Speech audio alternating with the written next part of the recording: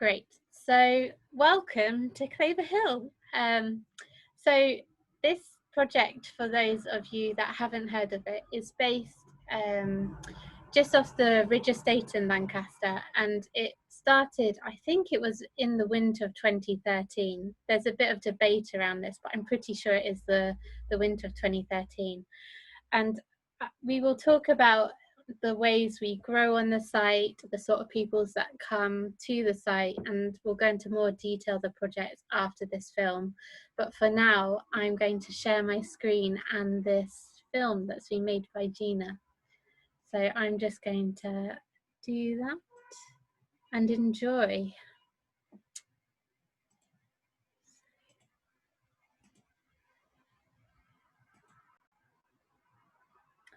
So I'm going to press play.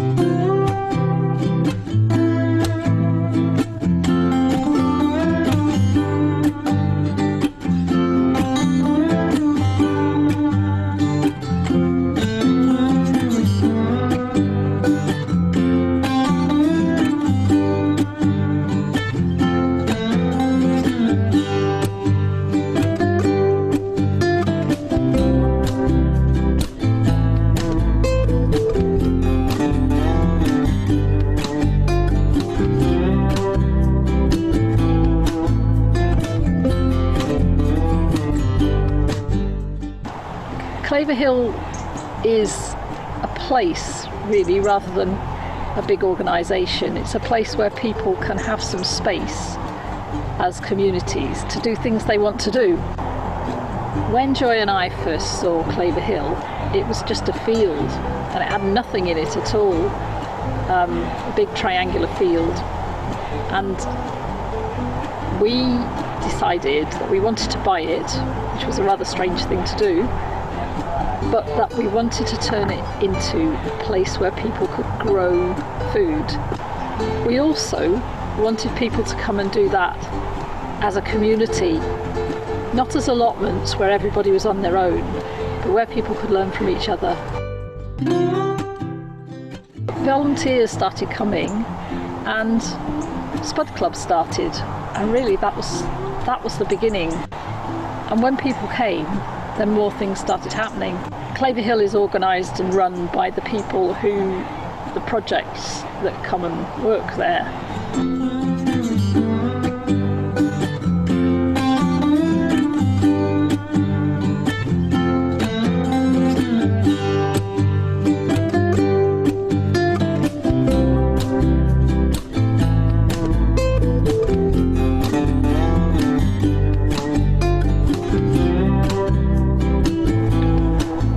One of the things that we do, which is about sustainability, I'm particularly involved in one of the projects which is called Spud Club, where we grow and share the food that we grow. People think it's an allotment, but it's a community food growing venture. We try and decide and work together and grow together and share what we grow and pass on any excess food that we grow. Sometimes we sell it for a nominal price, a donation. We try and give it to people who need it and share it, and we just try and make sure that those who need the food can get access to the food.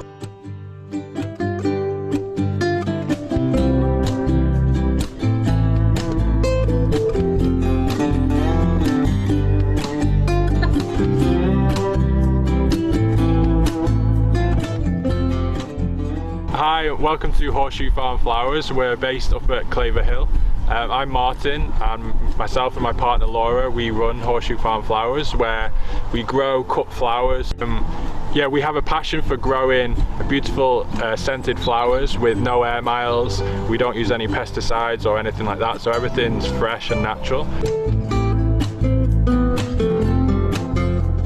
And we've been doing it on Claver Hill since March, and it's just been fantastic for us.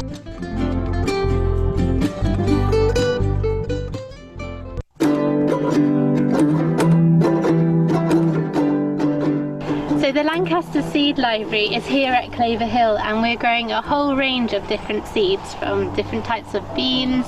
We're trying out a lentil, we have these Palestinian pumpkins, these giant sunflowers, some rocket from Greece. There's stuff from all over the world here, and we're trying to adapt it to the Lancaster wet and cold climate. And it sits in the heart of Claver Hill. We save some seeds and we share them with Spud Club, and we also save some seeds from Spud Club to then share with the wider community.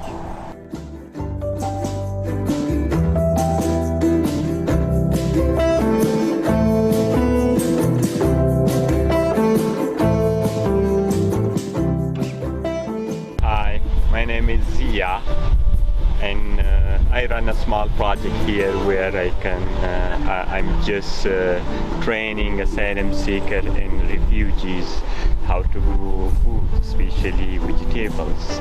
So this project really encourage all asylum seekers and refugees living in Lancaster to come at least once a week here, and just to enjoy their time, meet their friends. Just if they want, they can practice here. At the end of the day, they can bring something home, because we are here to produce things for them.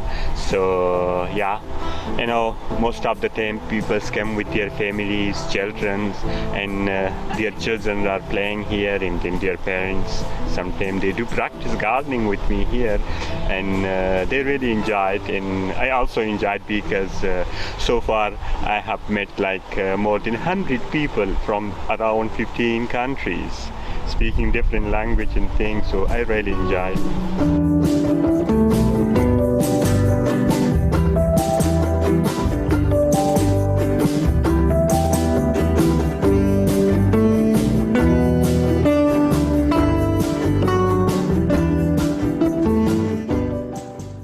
Hello, my name's Katrina and I'm part of Sewing Cafe Lancaster, and I'm here today to introduce you to our living demonstration of natural dye plants.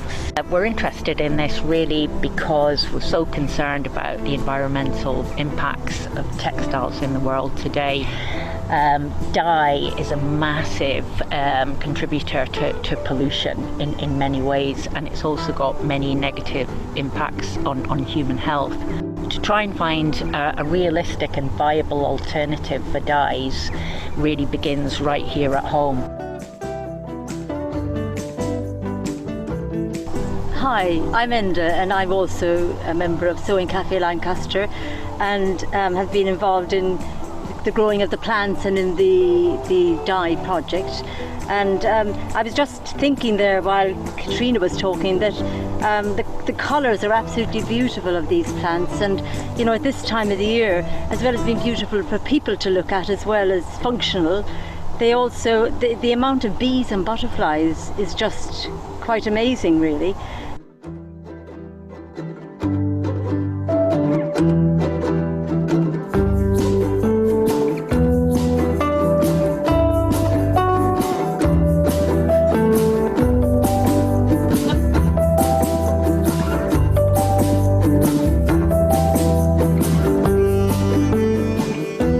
The Transition Edible Nursery complements the seed library because it's developing heritage varieties of plants. So every year in around February or March we run a grafting workshop where we teach people how to graft apples and pear trees, and we use heritage varieties that we source from Backsbottom Farm and other local gardens around the district. And all the trees that we graft are then raised in the nursery, and then we share them with community gardens around the district or for public spaces for guerrilla gardening.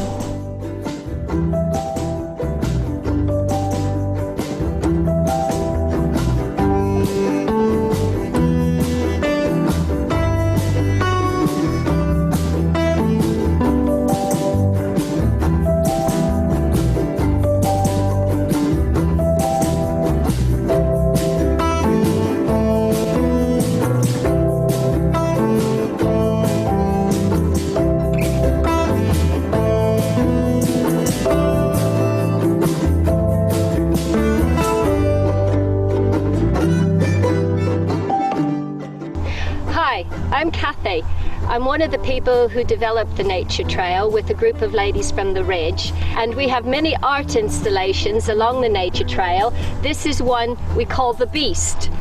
We also have many wonders of nature. We have an ash tree which is growing out of a breeze block. We have a little small forest with baby trees that have self-seeded, and we have lots of water features and a forage area and the herb garden and edible flower gardens that we look after as well. So I do hope when we get it reopened that you will come down and join us for a walk on the nature trail.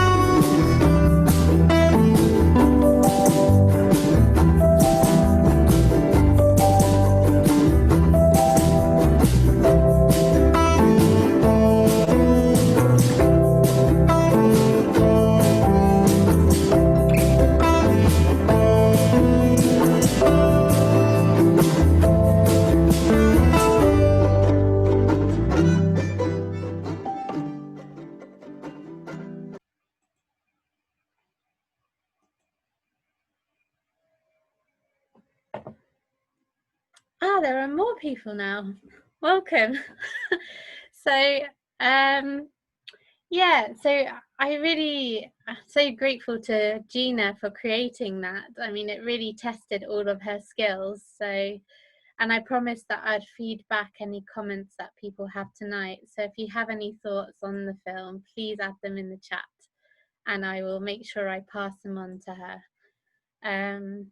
Yeah, and I feel, because this is a health festival, the one part of the site that didn't get talked about that much is the new water features on the site. So you would have seen with the drone all of those big lakes and the series of ponds that go through the site. And essentially, because of the changing climate, the increased rainfall we're getting, the building developments that have happened around Claver, we've been getting more and more water on the site, and it's been causing a lot of problems. It makes it really hard to work on there during the winter especially, but last year it never really dried out properly. And so as well as being created and designed to hold water in places that enable us to grow food better, the water that comes onto the site is also really polluted, and so the design of that system will aim to clean the water up before it heads on its way to the loon. So in terms of talking about health, cleaning up the water sources that come through our city into the loon is another really important feature and function that Claver's now doing. And along with that, with the water that's come, we've seen dragonflies, we've had ducks come on, we've had different varieties of birds come. There were loads of twitches around the site the other day looking for, is it a hoopie? Hoopie? What is it, Rachel? All right. So hoopie. I think it's hoopie. Yeah. I can't say it, but it's how you spelt. Yeah, so with that water has come a whole range of other critters to the site, and it's really changed the feel of the site, which is it's been an interesting process, a lockdown project. So I'm not going to talk anymore now. I want to invite Steve. You've joined us, which is great. I wanted to invite Steve to talk about the growing methods we use as part of Spud Club. You're currently muted.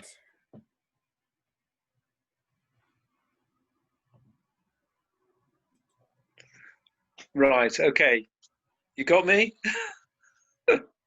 Okay. So, Claver Hill, when I first arrived at Claver Hill in 2013, right at the start, with a big field, pasture land, and very little equipment, you have to think, how are we going to cultivate this? And I'd been deeply inspired by a course that I'd done with Charles Dowding on how to grow without digging. And I said, if you want me to get involved, this is what I think we should be doing. So we grow on the site using the no-dig growing technique as promoted by Charles Dowding, as he has used for many, many years.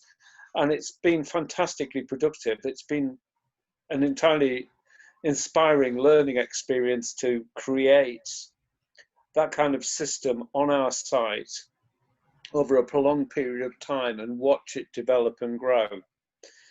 No digging doesn't mean never putting a spade or a fork in the ground or never working hard moving things. What it has meant is that we've cultivated the ground by marking out the ground with cardboard to cover our regular weeds, and then putting a layer of compost on top, 4 to 6 inches on the initial year, planting potatoes for the initial crop, and then going onwards from there with adding an extra 2 inches of compost year after year. And 2 inches of compost has been enough to allow us to grow up to 2 crops, sometimes even 3 crops a year in a bed. And we are currently cultivating over 70 beds at Claver Hill using that technique, and it has been remarkably productive.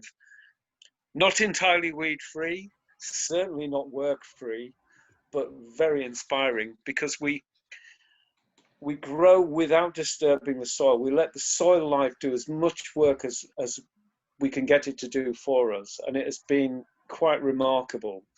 We live and work with lots of moles, voles, the occasional rat, mice, shrews, and every other wildlife you could care to mention. We are just part of that ecosystem, and we're trying to do as little interference and let the ground help us produce the food that we work with. Having said that, we have to cultivate plants, grow the seed, transplant them into the beds, and as the plants develop and we harvest, the bed is ready to take more crops. So it's been a remarkable sequence of working through a series of cycles, and you're working differently. I've worked in allotment in Lancaster for around, I don't know, 25 years, 30 years, I lose count. Nothing has been as satisfying or rewarding or productive as working together to collectively grow the food at Claver Hill. It has been easier, it's been more productive. I think partly because we're able to sustain the process of putting plants into the soil, putting compost on the soil, harvesting, replanting, and keeping that cycle going, but also allowing time to appreciate what has been an entirely beautiful working relationship with the people, growing the food, growing together as we work on that land. It has been incredibly rewarding. So if anybody would like to ask me any questions about that, I'd be more than happy to answer them, but I'll also be very happy to be on site tomorrow for anybody who's around, on Sunday, for anybody who's around on the site on Sunday. I'll be there all day, so I'll be available there as well. Just one last point about the Nordic system. When you don't keep on disturbing the soil, when you minimize the amount of turning of the soil, you're reducing the number of weed seeds that come to the surface. So you're reducing the amount of weeding. But we do get a lot of weeds to deal with, but not nearly as bad as we would do if we had to keep on digging and working the soil. And we are maintaining a very high level of fertility now that most of our beds have been cultivated for a couple of years at least. And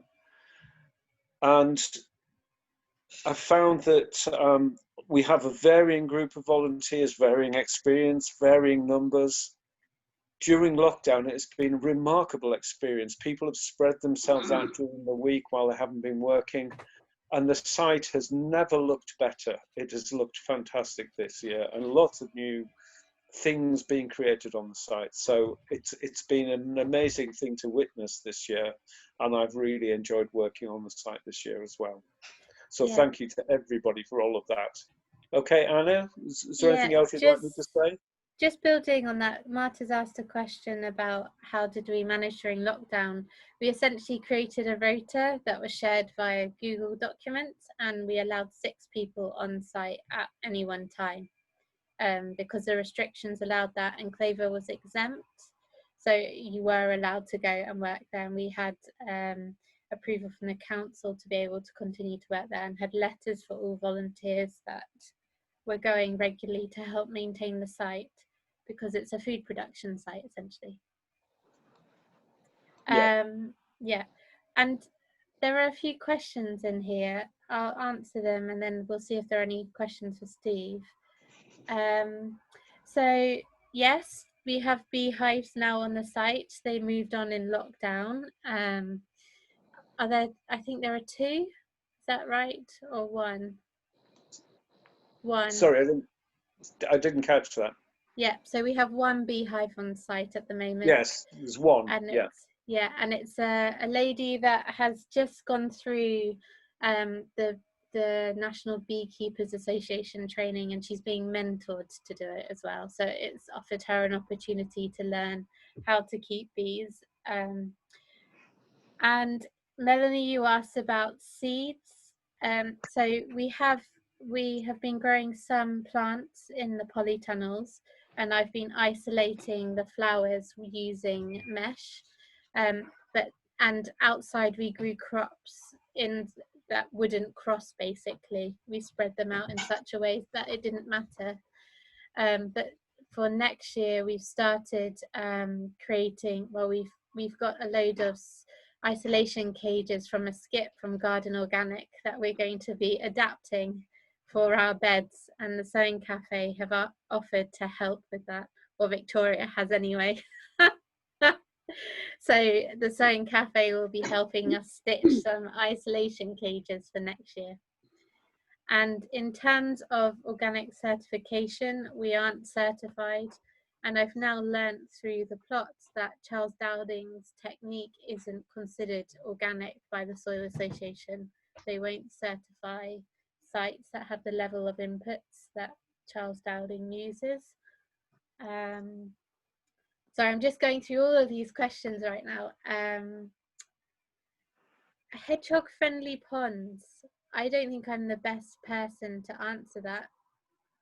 For the big waterworks that have been done on site, are they hedgehog friendly, Kathy? Well,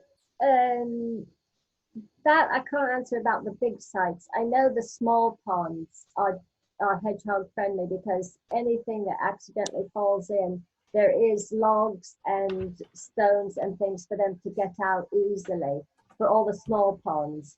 The large lake that has just been developed, we haven't actually looked into that yet, how steep the sides are, whether that would be hedgehog. That's something that we would definitely put on the list to sort out and make sure that they are. Yeah, and in terms of selling food, so Spud Club has like an informal agreement that surplus can be sold or distributed. It's not always sold. So we have distributed through the local community centre on the Ridge. We've also done seasonal market stalls, but we also have supplied surplus for free to community meals or for a donation as well. There's also a polytunnel on site that Steve looks after with a group of people that grows plants and produce for selling, and they sold through the herbarium amongst other places and single step. And the aim of that is to raise enough funds to cover the cost of replacing the plastic on the polytunnels, essentially. Steve, do you want to add anything to that? I think it's just a question of if I thought we'd had one weakness, particularly during lockdown, we've had a lot of food that previously we might have been able to easily distribute to other groups who were active, providing meals for people, and it's actually been much harder to get more people to come and take food. We have quite a lot of food available. We have the informal stall available on a Sunday afternoon where people can come and make a donation for some of the food that we have spare. At the moment, there'll be some produce available on Sunday. We haven't been running the market stall of the seasonal market, so I think that's something we can get better at. Maybe we need to tap into some more people who can help us do that. We need some people who are really interested in helping us find some outlets for our excess product. But apart from that, you know, I would endorse everything you've said, really. I think we've got some great food, and there's always room for people to come and help and learn and add and contribute. Yeah, and we now are offering a £30 hamper via the Food Friends scheme as well. Yeah. So you can sign up to be a food friend, and so it's £5 for a number per month, and you're entered into a prize draw, and you can win a £30 voucher for a local food business, and Claver Hill's one of them. And all the money raised goes towards supporting farm start initiatives locally that support new entrants into sustainable farming. Yeah.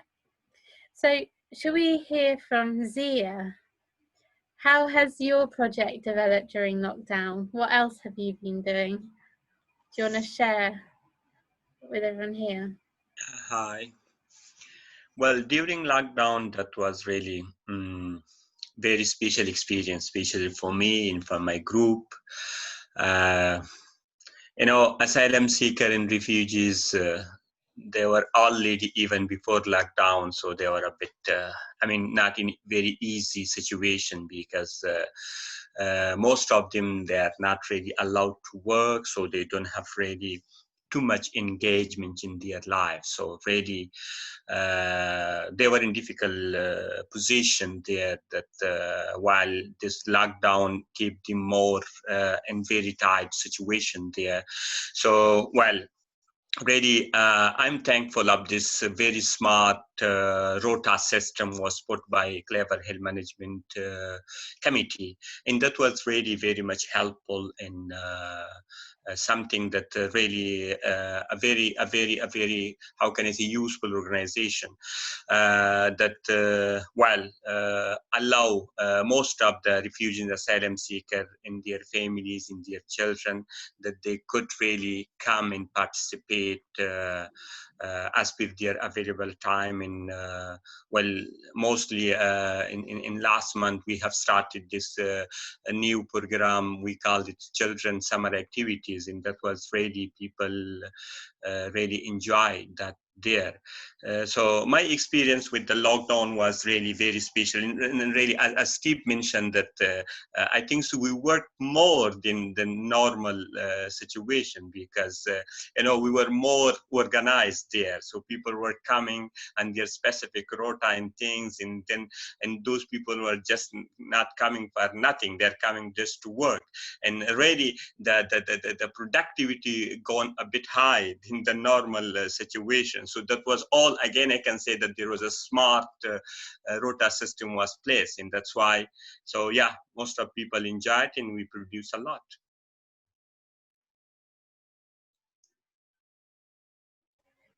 Yeah, that is a good point. We did find that in lockdown, we not only got more people coming up regularly just to work, but the site looked amazing, and it still does. Yeah. And see, you're cooking meals now as well, aren't you? Or you're Yeah. involved in... Well, that's, yeah, another thing that this some sort of, idea came up from Global Link, and we now trying to really invite volunteers to really cook some special recipe from a Claver Hill products, and that's something recently we have started in. I think so. We have already introduced around 4 new recipes. So program is that people. From different countries, they just take things from vegetables from Claver Hill, and then they make their own recipe, cook it, bring it on Sunday around 5 o'clock, and then share it with everybody. And then we invite people's comment on that, and then in the following week we are sharing our recipe with the people. So that's another thing, you know, most of the asylum seekers, they were not very much familiar with most of vegetable produced here in the UK, especially Charles. Last year we had really quite a big amount of Charles produced there. So then we did that thing started from there. So with this idea, we are trying to introduce new recipes and train people that how to really cook vegetable, what was not really produce in their country, or with what they were not very much familiar. So this is some sort of fun as well, that people come and enjoy their time, especially around 5 o'clock there, and they just have food and enjoy their time. Yeah, and Kathy's also been creating a recipe book somehow as well, haven't you? Well, I think so we can share, yeah. We are also trying to produce some sort of like booklet, something that yeah, we can work together, and we can have a small booklet, Claver Hill recipe, yeah, and that would be really useful. That'd be great. Yeah, if you have any questions, just put them in the chat.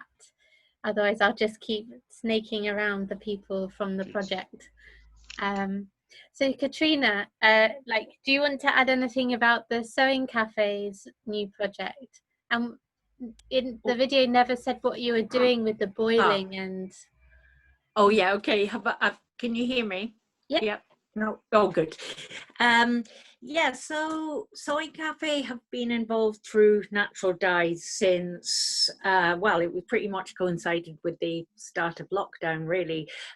We've been natural dyeing at Soy Cafe for about 3 years, and it's kind of been a personal thing of mine, really, to kind of build and extend the natural dye project. And when the growing aspect came along, that was sort of like a really great way to involve the wider Soy and Kathy team. And we already had people who were volunteering to garden at Claver Hill. So, and also Kathy has joined our natural dye team as well, which is really great.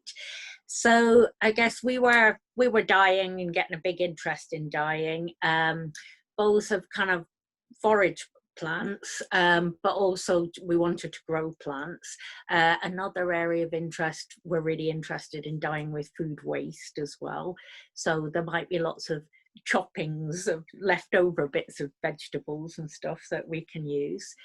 So it was just a really great partnership between Soy and Cafe dye team and Claver Hill, and the very, very good people of Claver Hill offered us some space to start growing dye plants. So from there, it's just sort of grown massively, really. So we've got 2 really wonderful demonstration beds where we really want to use those just so people could come and have a really good look at them, and then get some really good ideas about what they can plant in their own gardens. And then we've got some other dedicated beds in the garden as well. We've got a fairly deep raised bed where we're growing madder, because in dyeing you use the root of madder, so you need a lot of space for the roots to grow. And then we've also got another bed where we've got iris, and we're going to also probably have a dedicated bed for woad and for weld. So we've got various kind of like motivations for our project. Mainly the starting point was around, we really want to make a viable alternative to chemical dyes, because we're really, as I said in the video, really concerned about the impact on health, both health of the environment and health directly on humans of chemical dyes. But also, I think, linking it to the health festival aspect, I think we've all found it's absolutely immensely satisfying to actually grow, dye, and wear sort of things that you can actually, you can follow through with the whole process, really very much like you would grow, cook and eat. It's another kind of very holistic process. And I think particularly, in lockdown, it's been a really difficult time for anybody, but if you can really get involved in a satisfying project with other people, then that's really gonna do a lot for you. I think we, over time, we really want to develop links with other aspects of Claver Hill. We did run a really successful but very small dye camp when the restrictions allowed us to be able to stay away from home. And we had an absolutely superb evening where Kathy had been really involved in clearing the site of docks, which, a few docks are okay, but you don't want a million of them. And I sort of found out that you can get a really, really good rich colour of dye from dock root. So Kathy sort of organised loads of dock root getting cleared from the site, and then I made a dye at home. And then on the camp, we actually had a fantastic fire where we had the vat of dock root dye. We also made another dye from dock leaf. And then we also made, we had some carrots as part of our evening meal, which was cooked on the fire. And we made a dye out of the carrot tops, which was particularly nice. So I've got all these sort of lovely fabrics behind. This is the dock root dye. So this is all of Kathy's efforts in gathering up the millions of dock roots. And then we've got the dock leaf, which was a lovely colour as well. That's a much sort of more golden colour. And then we're starting to also get results from the plants we've grown. So I'll just flash you a quick set of the Tagetes dye that we made. So we've got some lovely yellow there, and you get sort of, and also you can get really lovely green from the Tagetes. So there's also some lovely shades. So that, you know, that's come out of Claver Hill this season, been in the pot, and, you know, well, I won't say ready to wear, but you know, this is another aspect of the project where we're dyeing mending yarn. These will go in the so-and-so boxes in little wraps. So we're getting a nice sort of collection of colours there. And this is Corma wool. So this is, well, the nearest commercially spun wool that we can get from Lancaster. So that's just a couple of miles up the road. So yeah, so the people on the team are myself and Victoria Frausen, Gina Frausen, Ender Oregon, and Kathy Barton, who's here with us tonight.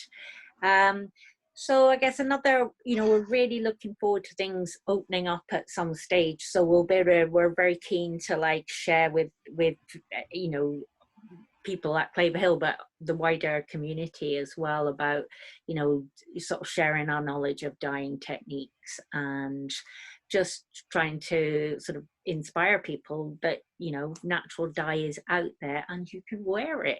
Just, you can't really see, but behind me I've got this big display of t-shirts. My house doesn't normally look like this. And there is an outfit there that's avocado picked dye trousers, so just the stones of avocado. And then the t-shirt above is some actually a load of t-shirts that were left over from a conference in the year 2000, and they had a really horrible logo on them, but we've done like canvas pieces that are eco-printed, and then the t-shirts were dyed.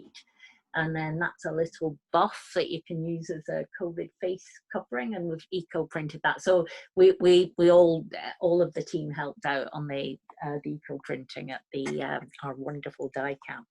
But I think, you know, I think we might better talking to Spud Club sometime about if they would like to do a camp as well, and then we can they can have Spud Club t-shirts done in natural dyes, which would be really good fun. So I don't know if anyone's got any questions. Yeah, and just whilst people think about questions, Katrina mentioned the so-and-so boxes. So this is another project that's emerged through lockdown, and Victoria, who's not here today, is the force behind that one. So you may have seen a little library in the freehold area where people can come and borrow books and put them in.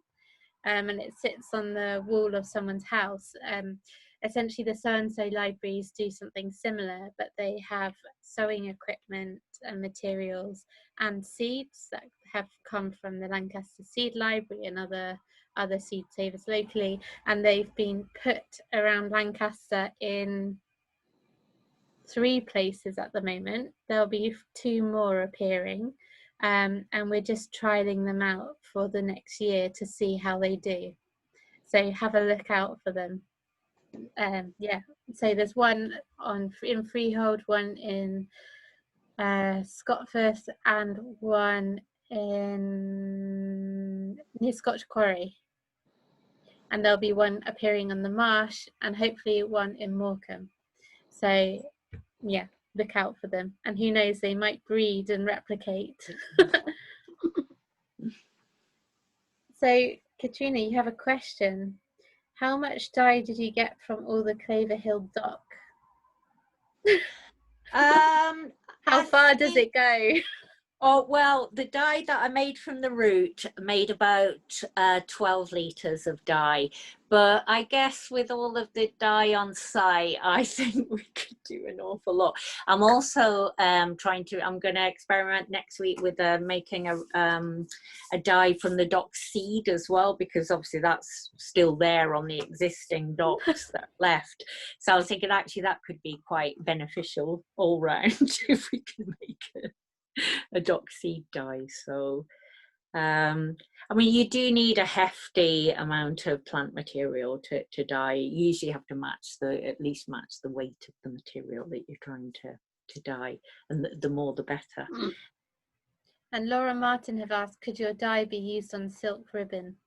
Oh, it definitely could, yeah. Silk is one of the best fabrics to dye. Ooh, I see a collaboration there.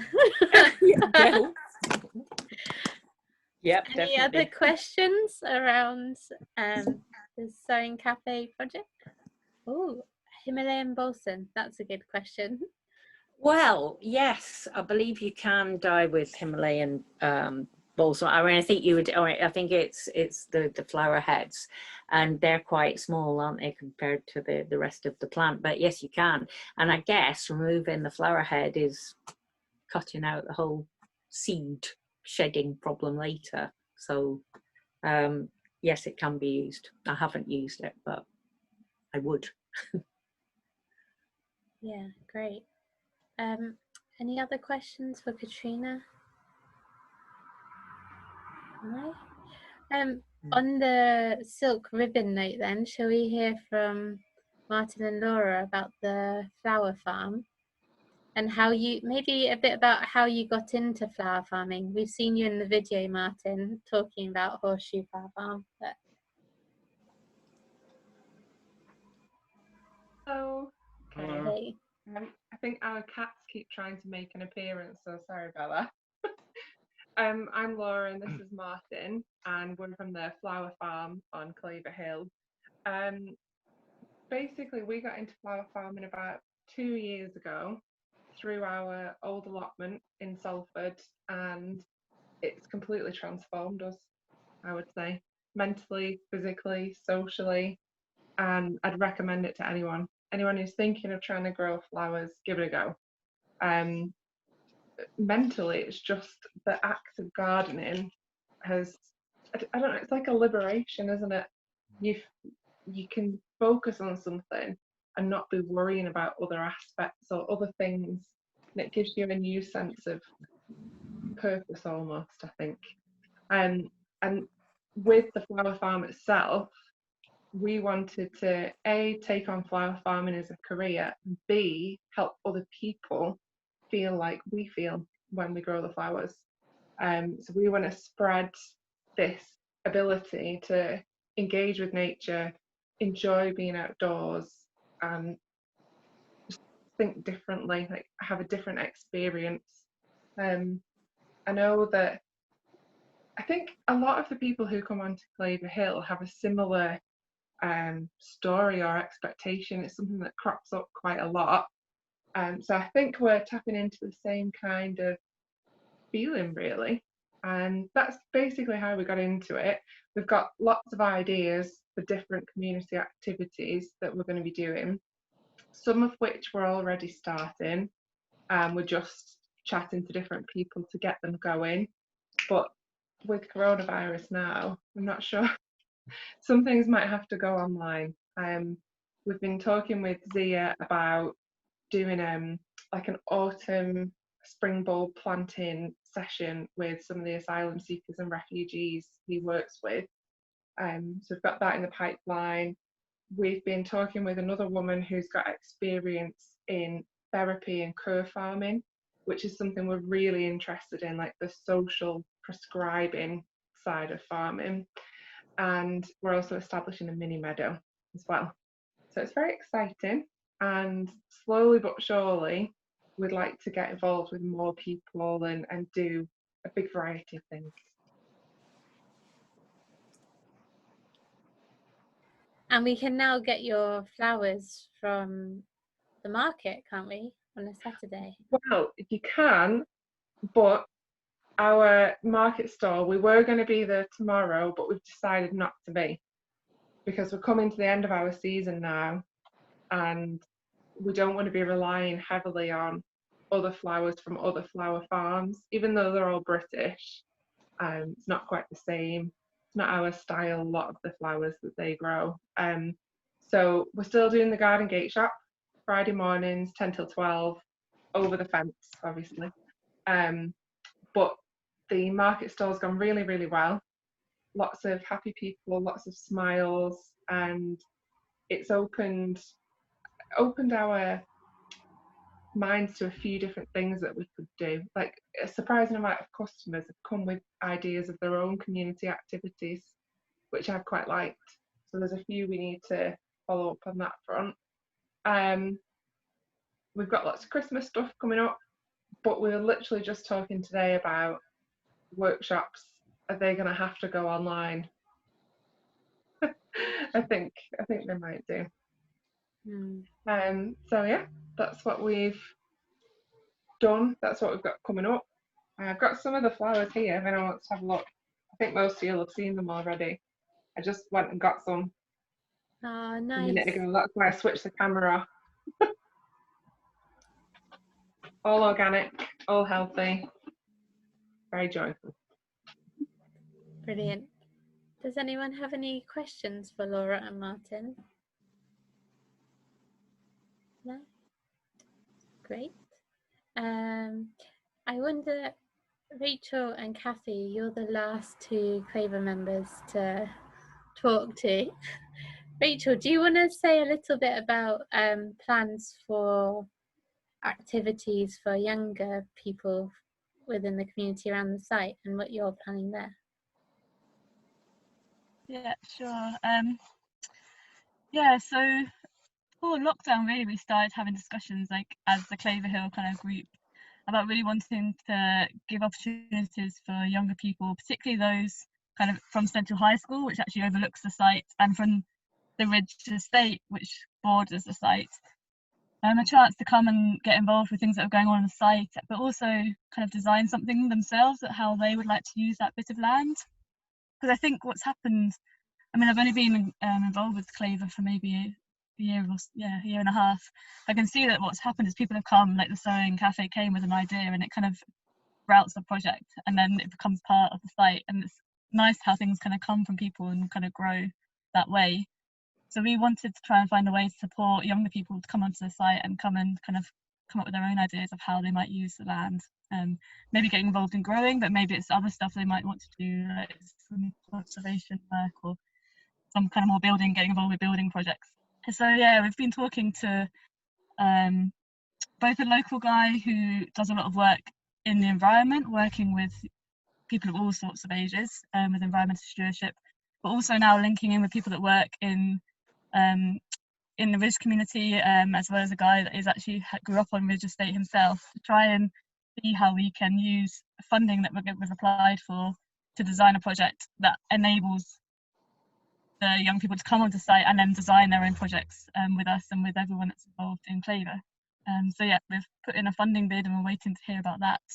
But we're kind of undergoing kind of discussions and also waiting, I guess, with COVID to know what we can actually do in terms of getting people on site in the next few months.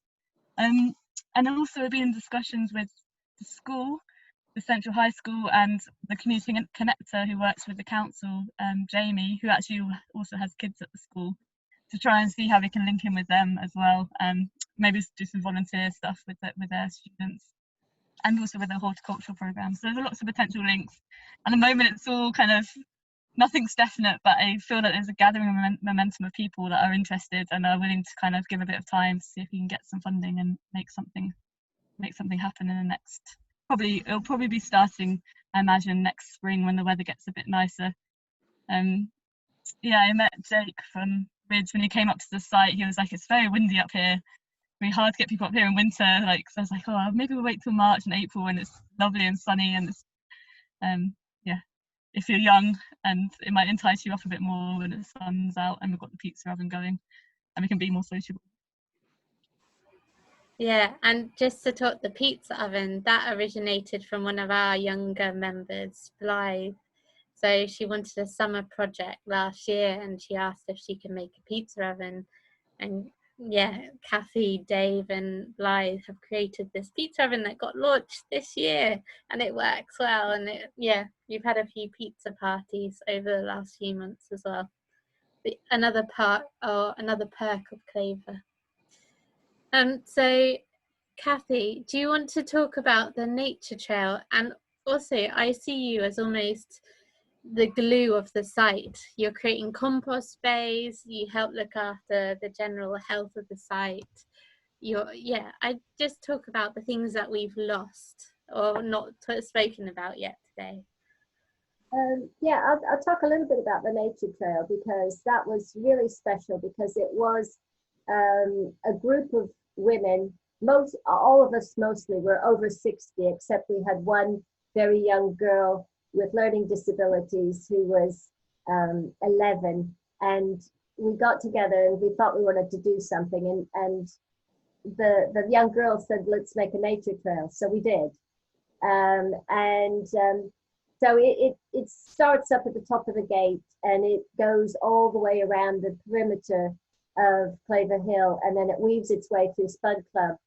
But now we're in the process of rerouting it, because we've got so many new projects that we can include. Like I've got the Sewing Cafe's dyeing beds, that's going to go on it. We've got the flower farm, that's going to be on it now. We've got the bees, they're going to be on the nature trail. We've got the lakes and the ponds. So it just is, the nature trail has just got to be rerouted. It's just got so much more going for it now.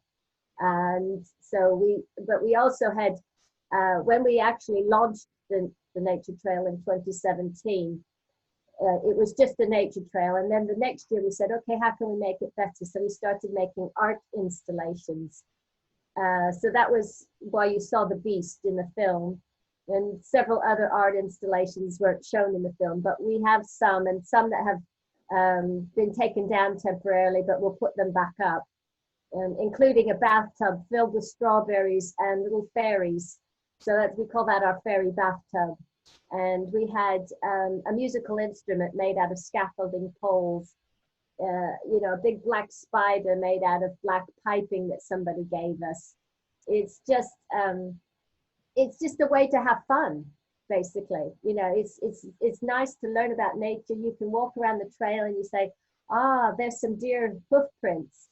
Or you can say, oh, look what the deer's done to that tree when he rubbed his antlers and he rubbed all the bark off the tree.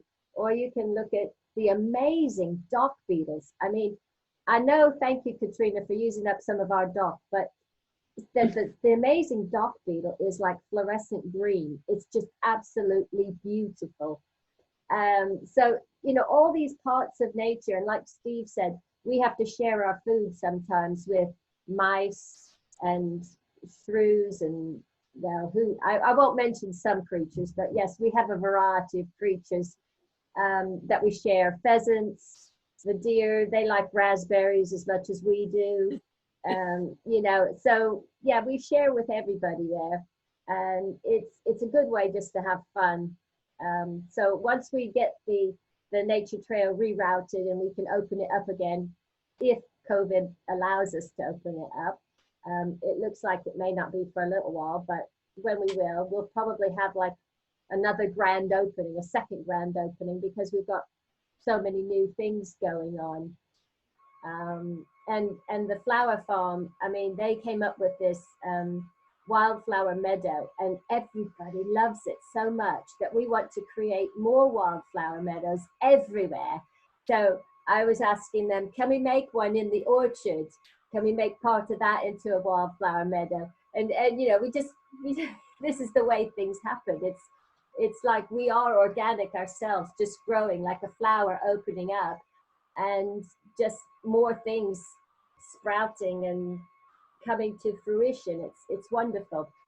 So yeah, I mainly just talk about the nature trail, but yes, I tend to do the composting, and Steve's building me a brand new, really, really well built 6 bays at least, but maybe we'll get up to 8 bays composting bin, as per Charles Dowding.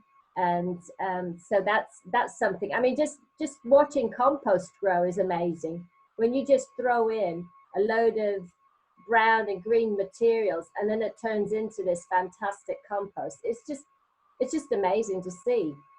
So yeah, but yeah. So if anybody wants to come, and when we can, work on the nature trail, help is always appreciated. because we do like look after the edible flower circle, and we do look after the herb garden as best as we can, but sometimes I must admit we get a bit behind.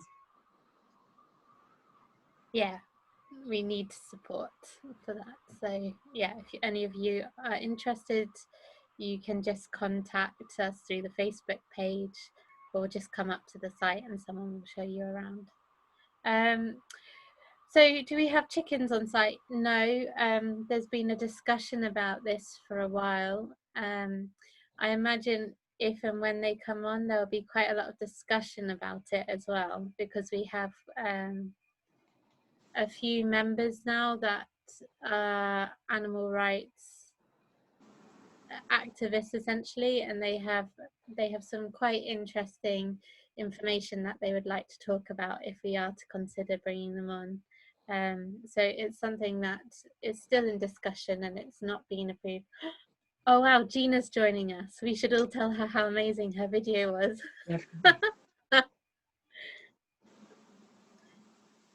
Gina, hello. Everyone loved your video. Anyway,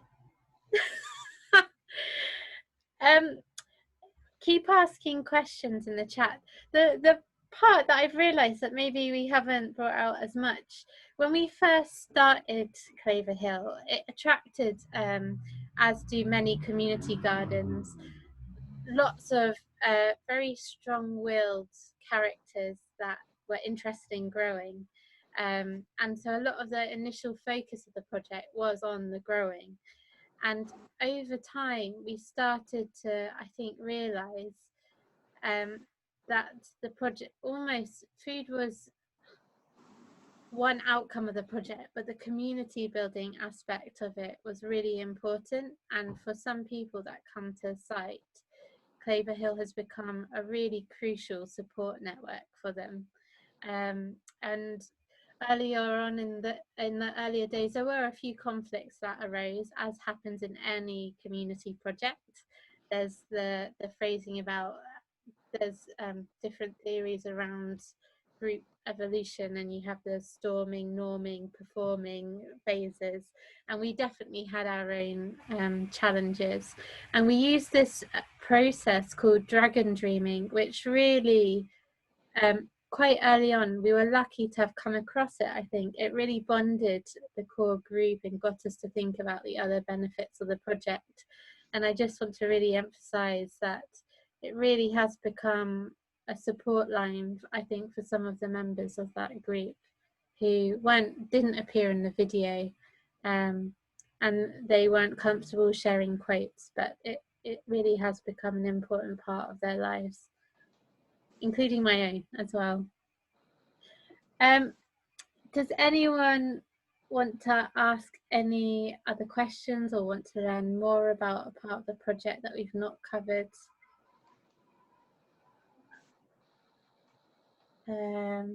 Just speak up or type in the chat if you have something that you'd like to find out before we part ways.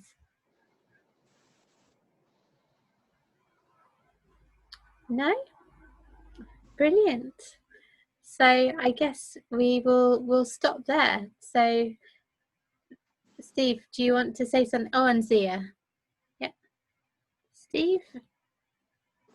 Yes, please. I just wanted to say a big thank you to Anna for pulling us all together to putting this together, and the fantastic work by Gina. And it's that organic way that everything just happens at Claver Hill and happens amongst the group.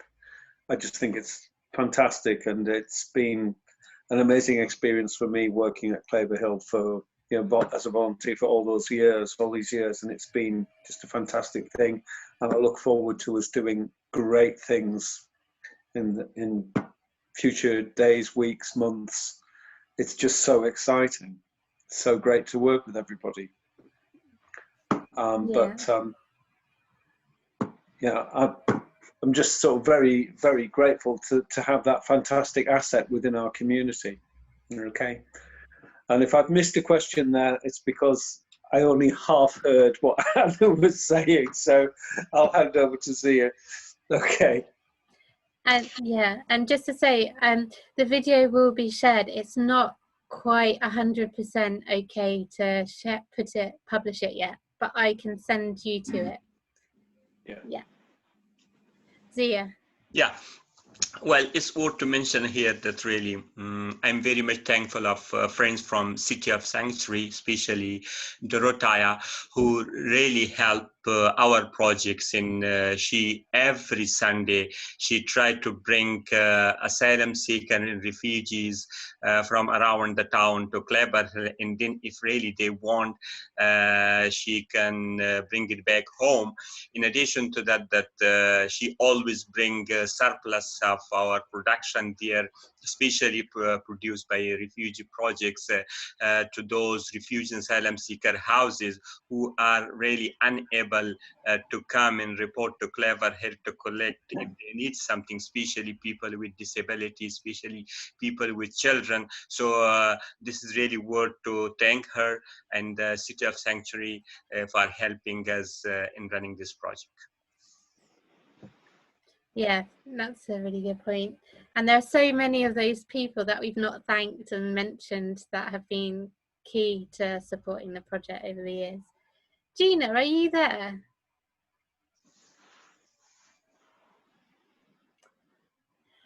I don't know if you are, but thank you for making the video. Everyone loved it. I'll send you more feedback later. Okay, so thank you everyone. I think we can finish there and finish a little bit earlier. I hope you enjoyed this session. I'm going to be emailing everyone with an evaluation link to just let us know how you found it, so we know if we should do similar events in the future, and it will help shape the Lancaster Health Festival next year. So I am going to stop recording now.